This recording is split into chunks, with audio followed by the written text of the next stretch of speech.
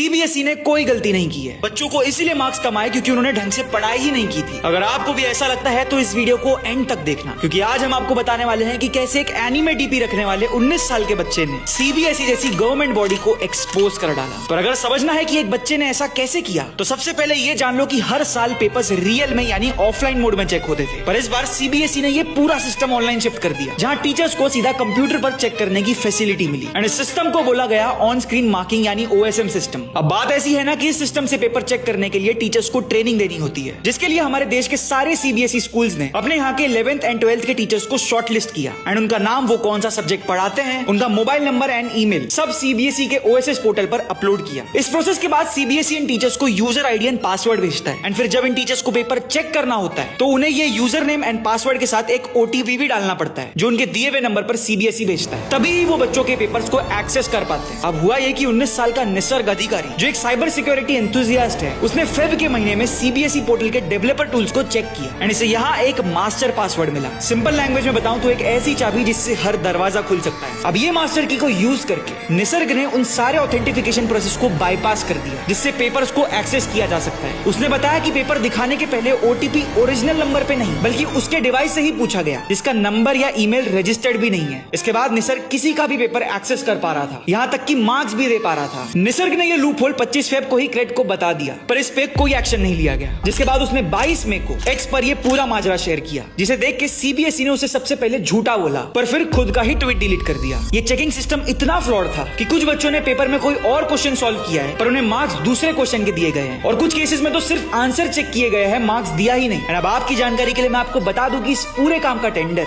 कोएम्प्ट नाम की एक कंपनी को दिया गया था, जिन्होंने टीसीएस जैसे बड़े जायंट को बिडिंग में हरा के ये कॉन्ट्रैक्ट अपने नाम किया। ये कंपनी हैदराबाद की है एंड इसका ट्रैक रिकॉर्ड थोड़ा खराब है। जहां 2019 में जब इसका नाम ग्लोबरीना था तब इसने तेलंगाना के इंटरमीडिएट रिजल्ट्स में बहुत गड़बड़ी की थी, पर फिर भी सीबीएसई से इन्हें ये कॉन्ट्रैक्ट मिल गया। एंड अब ये देखो, सीबीएसई ने 2 बार बिडिंग की रिक्वायरमेंट्स पुटअप की है, एक मई 2025 को एंड दूसरा अगस्त 2025 को। अब पॉज करके ये थर्ड रिक्वायरमेंट पढ़ो, जो 2025 के मई की रिक्वायरमेंट लिस्ट में तो है पर अगस्त वाली लिस्ट से हटा दी गई है। अब इस पूरे इंसिडेंट में जो होगा वो आपको सबसे पहले पता चलेगा only on India in last 24 hours via breaking news post. 6 से 7 के बीच एक डेडिकेटेड वीडियो आएगी जिसमें लास्ट 24 घंटों की सारी न्यूज कवर होगी एंड दिन में आपको ऐसे मल्टीपल वीडियोस देखने मिलेंगे जहां हम किसी एक टॉपिक की बात करेंगे। इसीलिए मैं बार बार हर बार कह रहा हूं, ज्यादा सोचो मत, फॉलो कर दो इंडिया इन लास्ट 24 आवर्स को अभी के अभी।